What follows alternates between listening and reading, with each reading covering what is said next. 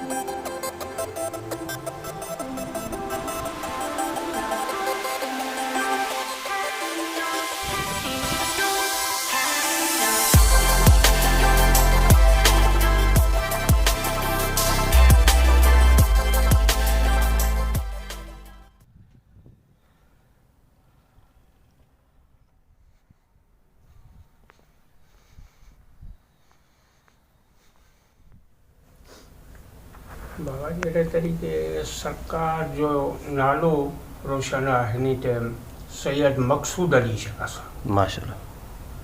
सम्झा। इन जी वधीक हिस्ट्री जी असांखे बि ख़बर न आहे, सुजरो न आहे, लेकिन सरकार मक्की सरकार सां मदीने खां आयल आहिनि हिन इलाइक़े में। माशाल्लाह।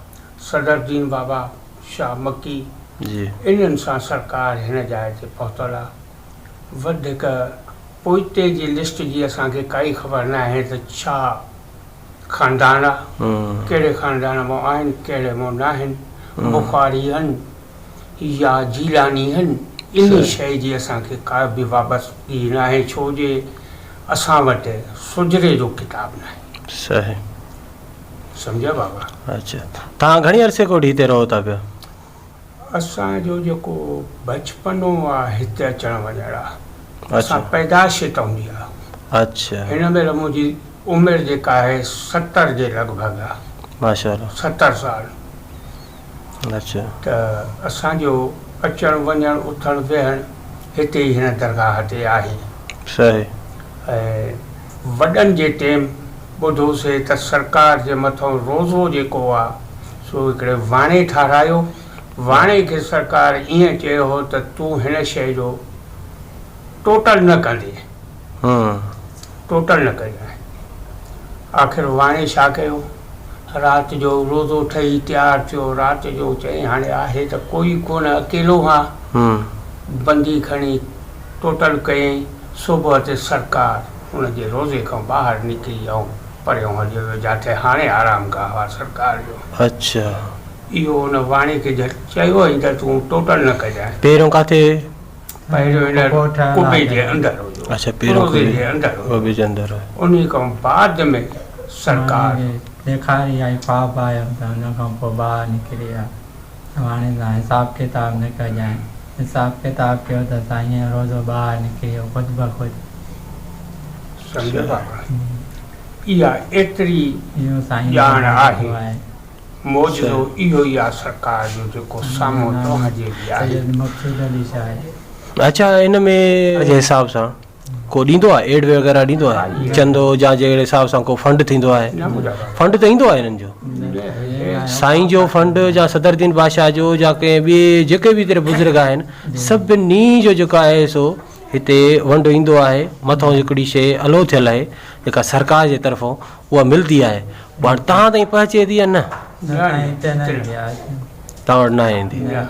नदीम माता असांजो वॾो फ़कीर। अच्छा। नदीम भुट्टो नालो त उहो देखभाल असांजो नाम मुज़ाहिर हुआ। मेलो हूंदो आहे 27 रमज़ान में थींदो आहे, उहो कराईंदो आहे। 27 रमज़ान ते जेका मेलो थींदो आहे साईं जो? 27 रमज़ान माशाल्लाह। मेलो थींदो आहे साईं, उस मुबारक फ़कीर कराईंदो आहे। हुन में माण्हू हूंदा आहिनि जेको ॾींदा त पंहिंजो वंड जेको थी सघंदो आहे उहो ॾींदा त पाण फ़कीर कराईंदो आहे। मतलब इहो त चंदो थियो हिकिड़े क़िस्म जो जेको पाण में मोड़ी करे जेका सोने सां। अच्छा। गवर्नमेंट जे तरफ़ां काई फैसिलिटी न आहे, काई फैसिलिटी न आहे। हिन वक़्तु जेको कुझु बि जेको मेंटेनेंस वग़ैरह थिए थी या कुझु बि ठाह ठुक थिए थी उहो सिर्फ़ु फ़क़ीर पाण था कनि। अच्छा। पहिरियों हिन जाइ ते हुयो, हितां वरी मौज़ाने तौर ते।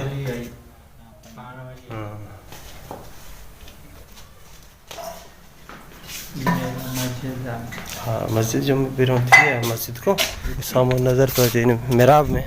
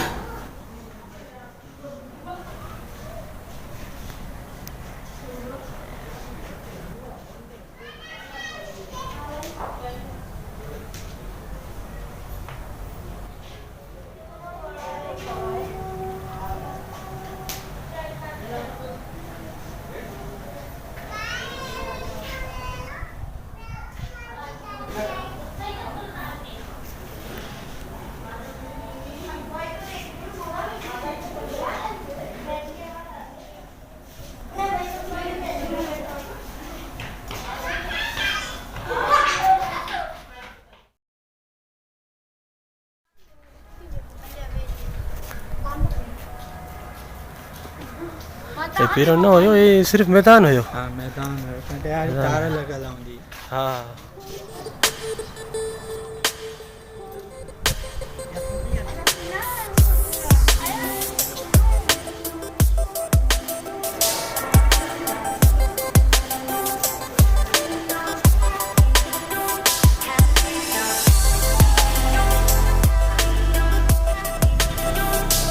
न